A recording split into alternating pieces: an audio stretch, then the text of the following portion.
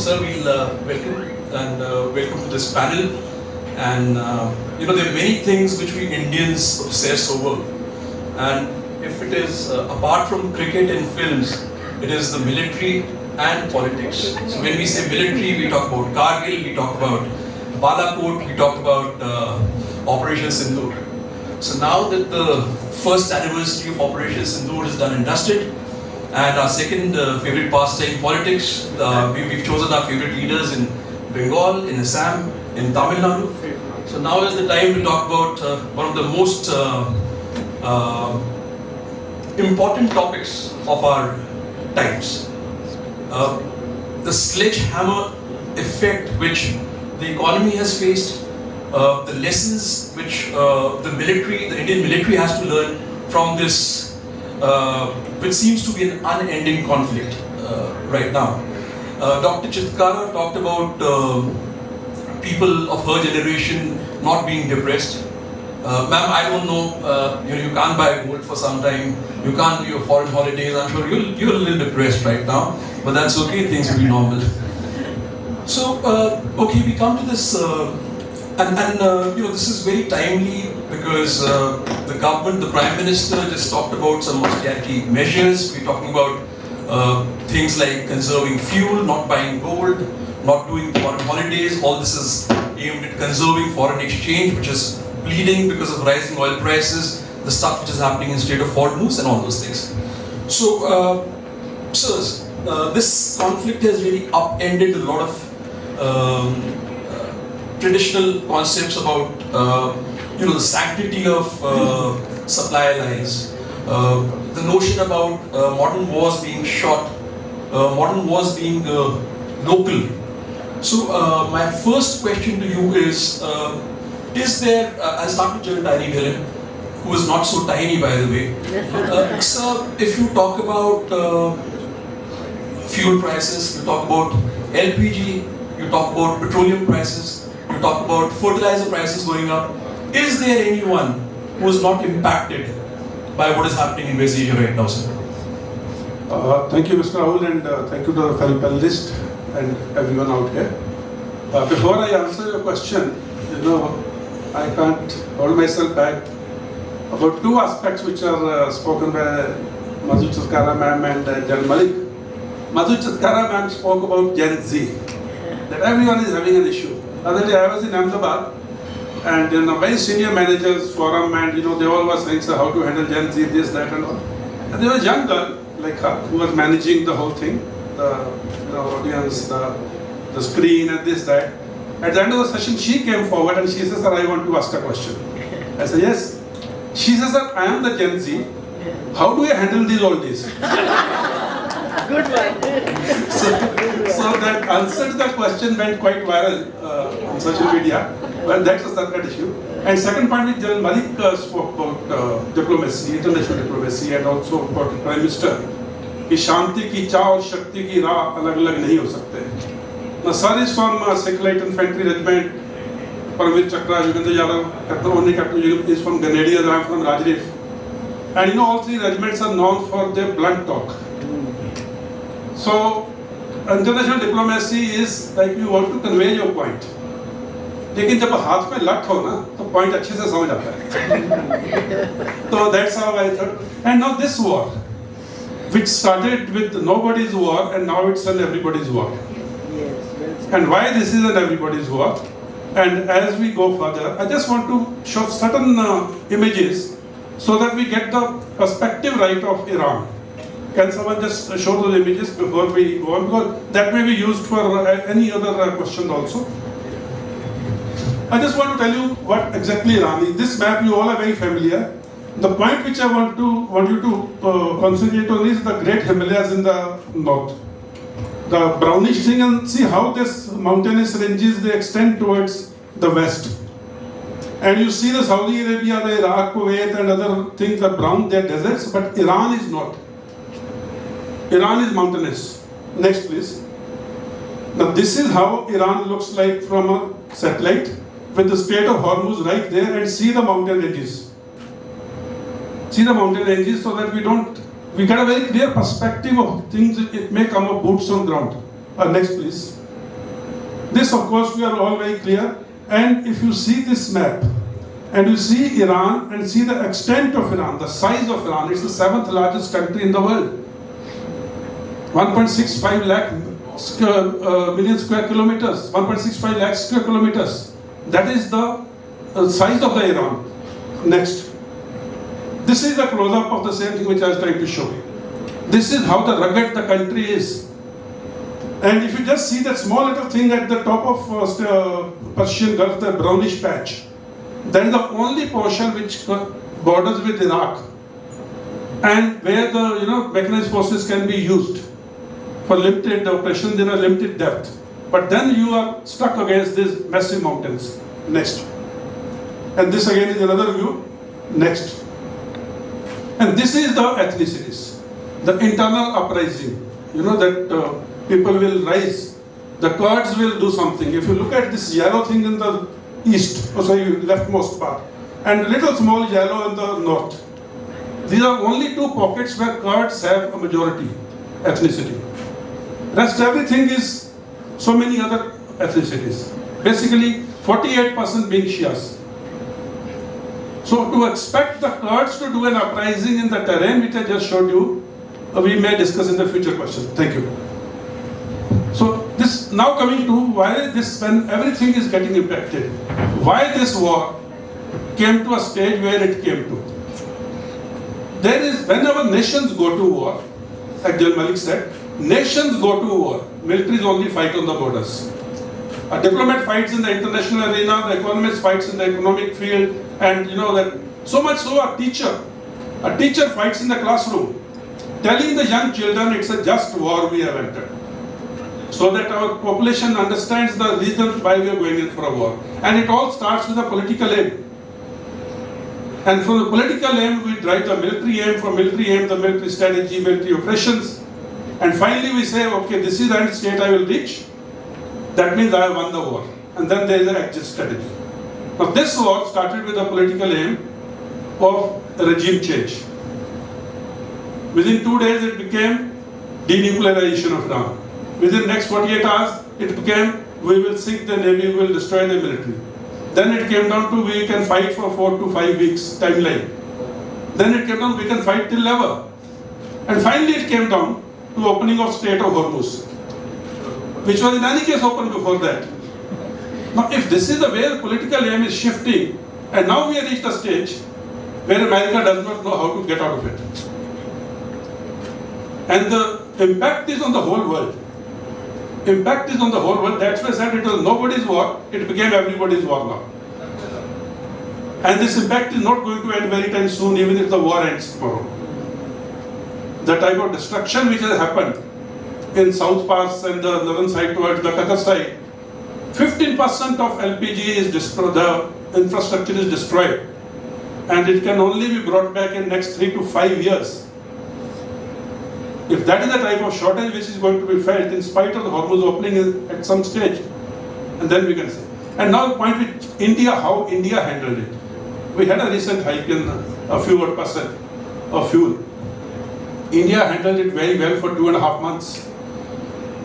There is no impact on our prices. There are few boardings happening, there are few lines at that LPG.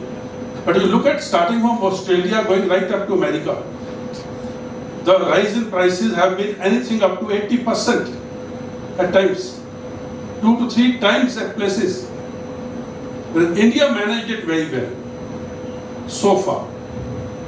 But at the same time, the fiscal prudence and the economic discipline is very important if we want to contribute as a person towards the national effort. And this is a national effort going on. And I think this war is not ending anytime soon.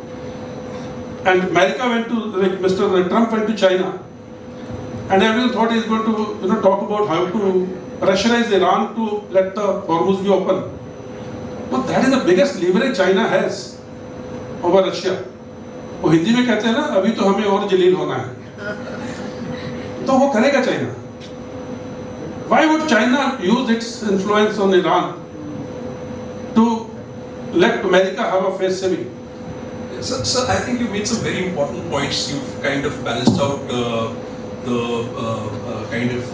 economic shock and the military lessons about what's the end game and all that. But right now I want to focus on, we are a kind of society till the time something doesn't hit you home.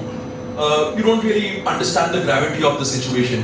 When do things start hitting you home? When milk prices go up by 2 or 3 rupees, when petroleum prices go up, when your gas cylinder costs 100 rupees more, when fertilizer costs are going up, the plate you're eating is costing more, your Blinkit, your Zomato guy, your restaurants, everything. That's where you start feeling the heat. General Bali, how General Dhillon talked about the steps we have taken over the past 2.5 years. We were looking at the situation, but how long can modern economies sustain such disruptions? If you look at the current account deficit, I mean, it's widening. What we are importing, the widening, yawning gap between what we are importing and what we are exporting, because of which the value of rupee is going down.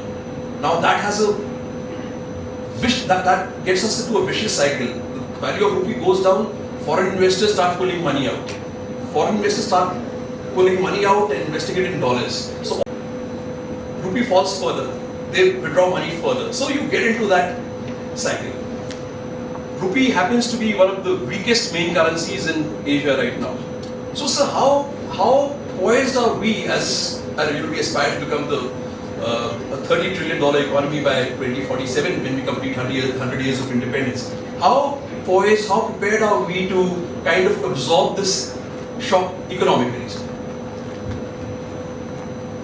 As General Dhillon brought out, that we seem to have withstood the tide of economic pressures well for the 2 months. I don't know whether we actually withstood it or we hid it under the carpet. But I'm going to talk about the economics of it and then quickly link it to the geopolitical point. The fact is that today we import by far about 88% of our energy resources from abroad. 45% of it comes from West Asia. 80% of everything we import is affected by this conflict, whether it's the Red Sea or the Gulf of Aden or the Strait of Hormuz. And it's impacting not just our fuel security, that starts hitting us, so we immediately get worried. But will also hit our food security, not fuel, but food security. The fertilizers are affected. The food prices will go up when the fuel prices go up also. So, I'm not an economist, but it should be very obvious from what is happening in Europe, what's happening to prices all over the world, that we are not going to be insulated by any of this. So it's a good time to first of all tighten our own belts and to be careful. But let me link it to another aspect without being critical of what's going on, is the concept of the strategic autonomy that we talk about. It's a good time for us to review, looking at the economic parlous condition that we've arrived at, whether our strategic autonomy is really playing out the way it is meant to play out. And I will end by saying that it is my humble view that strategic autonomy cannot be being all things to all people and playing nice with everybody, but it's got to be built on credible economic strength, by which I mean depth of manufacturing, the way China has, the way they have developed to leverage the rest of the world. I mean, Iran cannot say no to China. By building credible military deterrence, by keeping our internal cohesion great, and finally by speaking up on the world forums like a power. I think that will be the true measure of strategic autonomy, and that might lead to having greater leverage for economic issues. I think General Bali has communicated those points very well. We are striving to, strategic autonomy figures very prominently in India's foreign policy, whichever part of the world we see in the way we react to situations. We'll come to the war in the strategic part in a bit. So Tulachima, I'm sorry, you're the third person I came to because you're sitting right next to me, and had I asked you the first question, it would have been some sort of a nepotism or something. Please go ahead. So one thing which people don't talk about is the kind of population we have in the GCC countries. So we have about 9 to 10 million Indians doing working in these countries, whether it is UAE, whether it is Saudi, Oman, Bahrain, all these countries, and they account for almost $50 billion every year in terms of remittances coming to India. And any kind of uncertainty in that region kind of jeopardizes their jobs, their livelihoods, and in turn cuts the inflow of that money over here. So, so while it might be a Israel-US assault on Iran, but the wider region where, we saw Iran striking UAE, striking Saudi, this whole thing of remittances coming down also weakens the rupee. So I would want you to speak on that side of the economic impact. Thank you, Rahul. Good morning, ladies and gentlemen. You see, before I come to your question, I've been thinking two strange things. All of us in the uniform, we have grown up reading Sun Tzu, who wrote a book called The Art of War 2005 years ago. He said that the supreme art of war is to subdue the enemy without fighting. That was the Cold War period.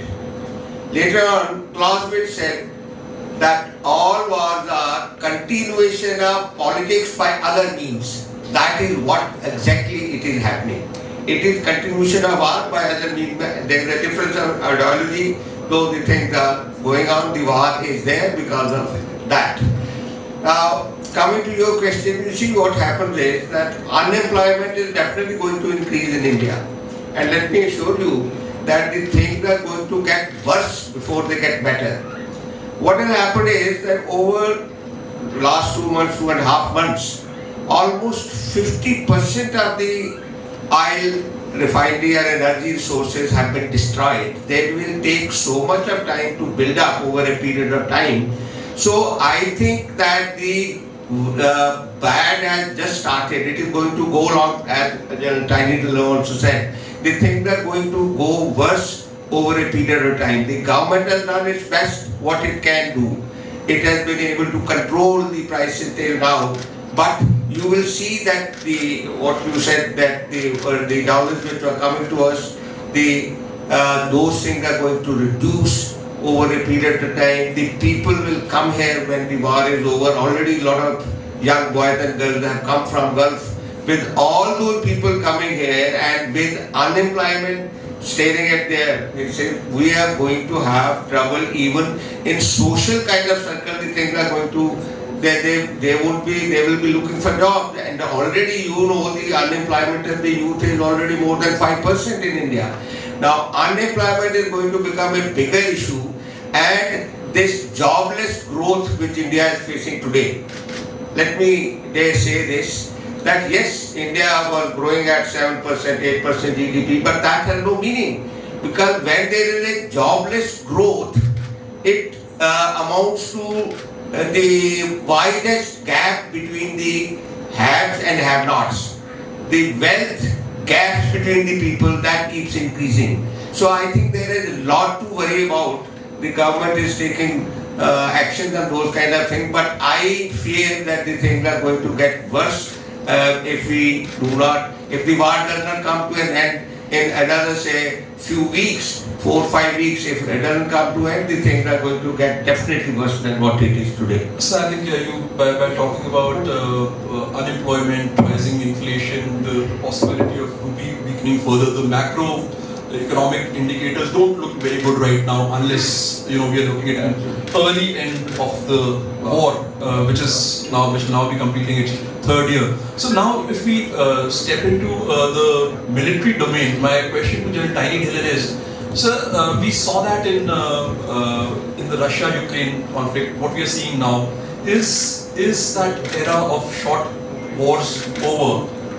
What is happening to conflict termination? Our government, our military leaders have been talking about how we performed during Sindoor in the 88 hours, and we were able to achieve our political and military objectives, after which we were able to kind of not drag on the conflict, like we are seeing what has happened in Ukraine, what is happening right now in Iran. So is that era of short wars, the era of local wars, is that over now finally, sir? Rahul, like I answered on the first question, unless your political aim is clear as to what exactly you want out of this war, where you want to end this war, whereby you will say that we have won this war, and then the exit strategy. This comes from the top hierarchy of the leadership political. Now in Russia-Ukraine war, there is no political aim. Are they going to capture the whole of Ukraine? Are they only going to capture the area which is Russian speaking? Are they only going to capture the area which has economic relevance and the pipelines going to Europe? What exactly, where? कहाँ पे end state है? Unless that is clear, then you can keep fighting the wars till cows come home. India, when we entered Operation Sindoor, we were very clear. Like for that matter, when General Malik was the chief, when we entered Kargil war, we were very clear. Our end state is we will throw out the enemy from our pockets which they occupied. We will not cross the line of control. And the moment we throw them out, that means we have achieved that state. We have achieved the political aim of what we went in for. Unless you have a very clearly defined end state, I don't think you will have short wars. Operation Sindoor is an example. We had a very clear political aim, hit the terror targets. That night of 6th-7th May, ADGPI's tweet and 4 points. First one tweet was the Operation Sindoor, justice is served. Just see the clarity in this. Second is, we have hit only the terror targets. Third point was, we have not hit any civilian target or collateral civilian damage. Next point was, we have not hit any military installation. And the last point was, we do not want escalation. Now, this is the clarity of the aim. Moment the military achieved that aim, Pakistan retaliated. We retaliated further. Pakistan went begging for a ceasefire. We accepted it because we had achieved our aim. Now in this war, like I said in the previous question, the political aim was never clear. No, they moved their aircraft carriers thinking of a political aim of regime overthrow. That Shah of Iran's son sitting in Iran or UK somewhere is tweeting every day thinking he is going to be the next Shah. How do you have a regime change? If you want to have a regime change, please come to Iran, lead the revolution. They will, Americans and Israelis will support you militarily. Once that is not clear, the modus operandi will never be clear, the military operations will never be clear, and then it will end up where we have ended up now. Right, so I think... Can I just take a moment only to add to this point? Short wars, long wars. So I have some additional questions for you if you want to take them together. All right. So a fun fact is that General Dillon's book on Operation Sindoor is being made into a film by T-Series, so all of you can huge round of applause for that. You should be seeing all these stories on the big screen. Congratulations, sir, your book is reaching out to wider audiences. So sir, the same question, I just wanted to add a couple of points. You have written about Iran's center of gravity, you've talked about, did we get the center of gravity right? Did the US read the consequences? And to add to the nature of wars, we're talking about these missiles which cost a few $1,000s being taken down by systems which cost billions. So that asymmetry in terms of cost, in terms of containing, in terms of blunting the enemy impact. Your thoughts on that? Thank you. Let me quickly add a point to. I agree with every word that General Dillon said. I always agree with him because he's right. But let me. And I respect his handsomeness. I'm 68 and never in my life, twice in one day I've been called handsome. General Bali, if you look at General Dillon's size, you have to be a madman to disagree with him. No, I agree with this views. So, you can get into a war, but how do you get out of the war? You can plan all you want. All military planners know that you can plan, but things don't go as per plan.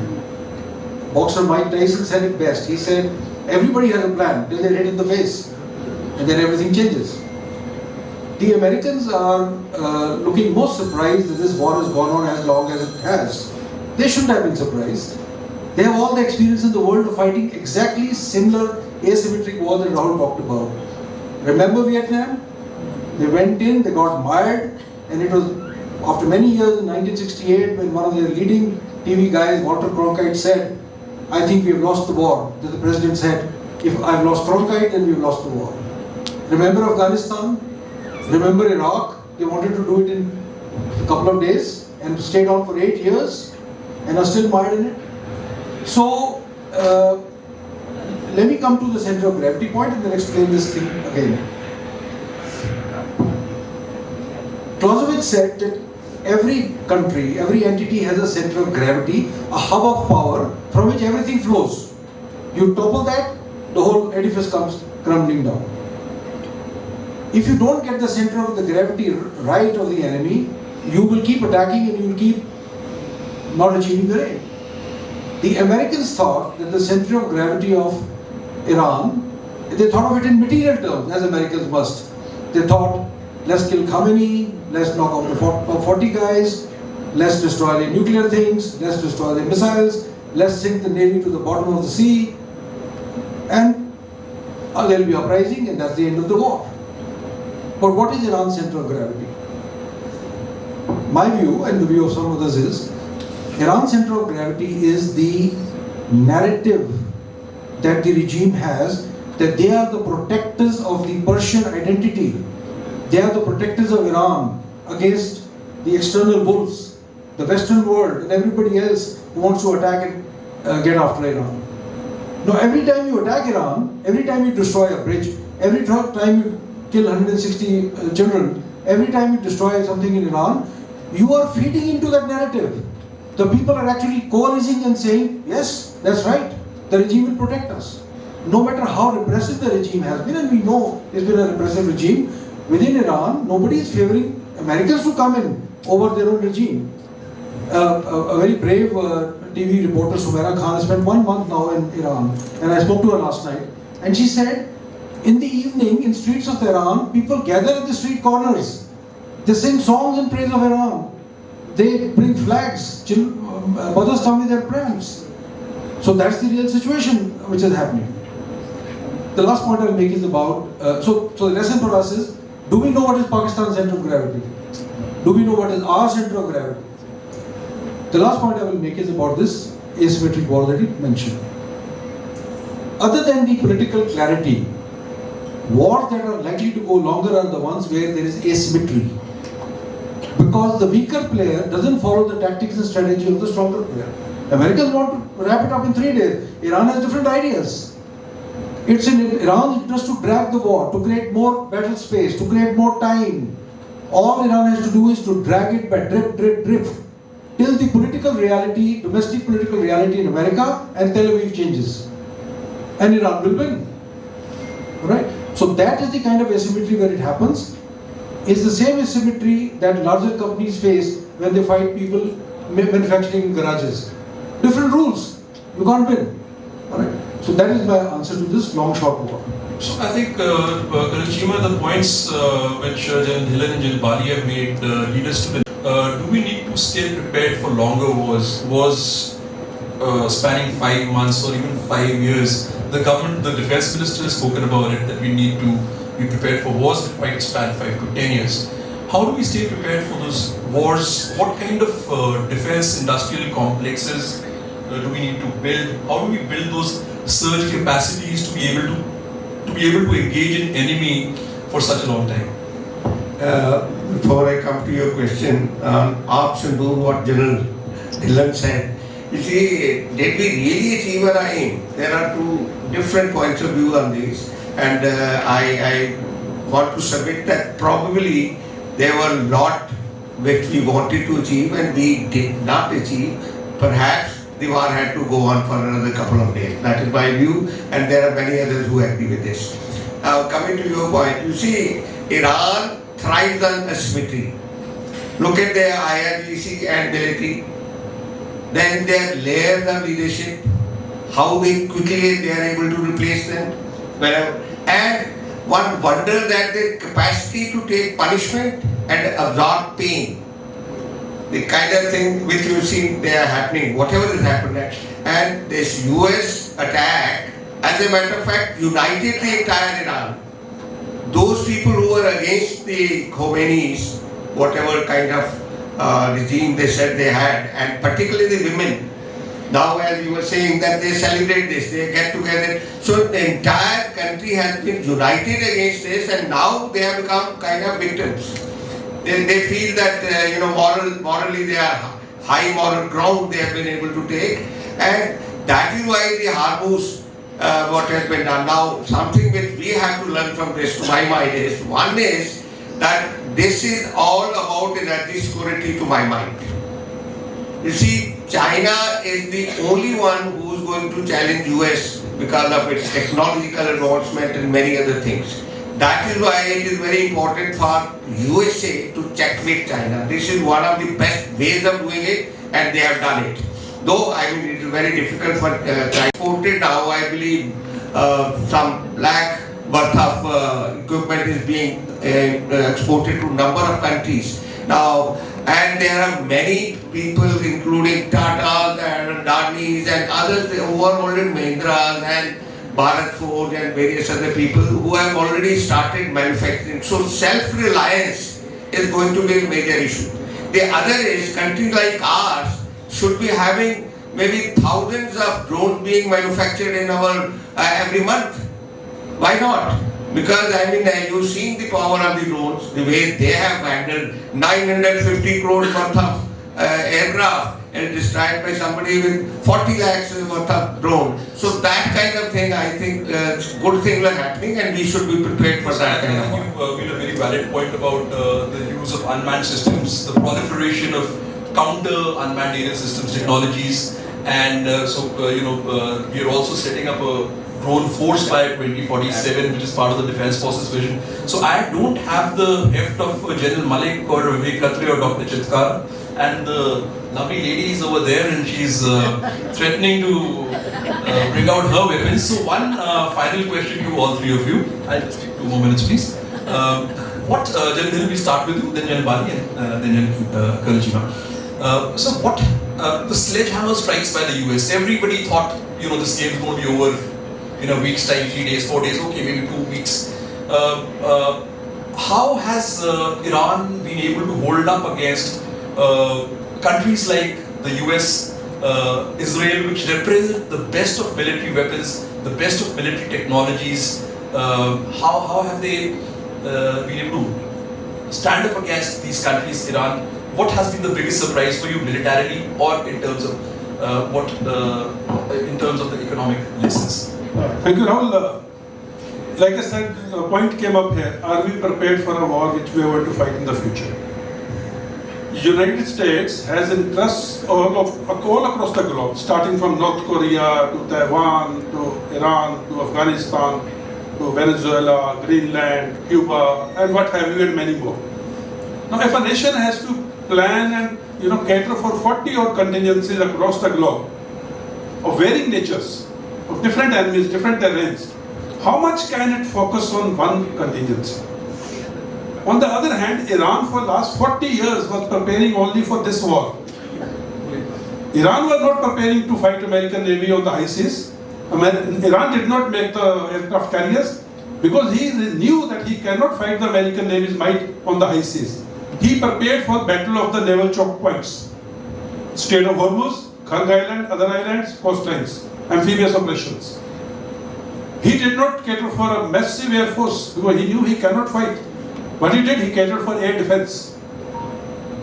He did not cater for this and that and all that. What he catered for missiles. And he knew he is going to be hit.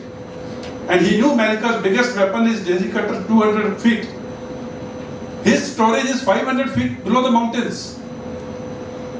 He knew he is going to be hit and the top leadership is going to be wiped out. His IRGC has 31 formation to be able to operate independently, and they're doing it. They were preparing for this war for 40 years. And the moment the war enters the attrition phase, the weaker opponent is a beneficiary. And we have entered that phase now. And that's the reason it's hurting America. The point was brought out, a missile of $1,000 is being brought down by anti-missile systems of millions of dollars. The amount of weapon systems which America has fired is going to take him 6 to 10 years to replenish. Whereas he was wanting to fire those weapons, make it big on CNN, and then other countries would buy it. The tables are turned. And if there's going to be one winner in this war, it is going to be China. Right, rightly said, and I think General Dhillon has summed it up very well that Iran was preparing for this scenario for 40 years. General Bani, your thoughts? I have already actually answered as to how Iran is fighting this war, but I'll take one little strand out of this. It's about the HOBNOB. Now, I'm sure many people are aware that America publishes a national security strategy document. It's quite transparent, and national defense strategy document. And I went back, looked at it from 2015 onwards. Did they ever think of HOBNOB as a problem? And the strange part is that while they didn't mention HOBNOB till quite late, but they always mentioned about Iran choking their supplies. In 2022 and 2025 document, it is explicitly mentioned that HOBNOB has to be kept open. And yet, when they were planning the war in the Situation Room, there is a very fine article of 7th of April in New York Times by a lady called Haberman. You should read that because the US government hasn't denied it. It talks about what happened in the Situation Room. There were people who brought out this HOBNOB issue. General Mike Milley brought it out. He said this problem is going to happen. The Secretary of State said the Israeli plans on this case are bullshit. Somebody else called it farcical, the CIA. Yet they went ahead with it. So, it is very easy during emotional situations or when you start looking at things from a political lens, electoral political lens, you can make serious mistakes and go into wars. I think this is one great lesson for all of us, that wherever in our country, we should have a continuity of foreign policy, continuity of agreement on the defense policy, and shouldn't go to war ever based on electoral politics or that lens. Yes, I think we can carry on these discussions, HOBNOB more in the course of the day. Sir, your thoughts? All right. What I think is, you see the kind of terrain they have. 50 to 60% of Iran is mountainous, and they have granite mountains where the stone is so hard.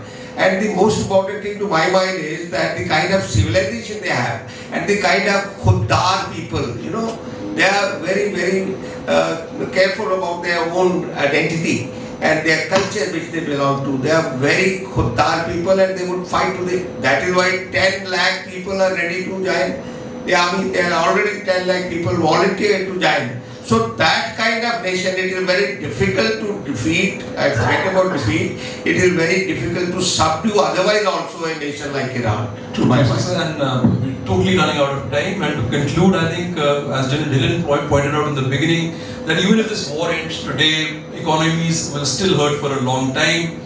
There's no smooth return to status quo ante, even if the war ends today. Thank you for being such a patient and wonderful audience. I'm sorry, sir, there's no time for Q&A. The lady over there, if she gives us some time, we can take a question, please. Just one question. No. Okay, over lunch perhaps. And thank you to our wonderful panel. Thank you so much.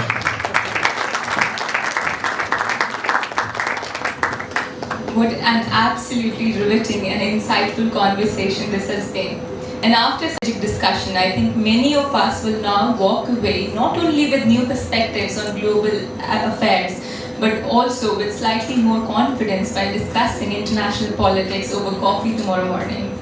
So I heard someone mention that there are only 3 kinds of people: young, younger, and youngest. So ladies and gentlemen, please put your hands together to thank our handsome and young panelists for their time and wisdom. As a token,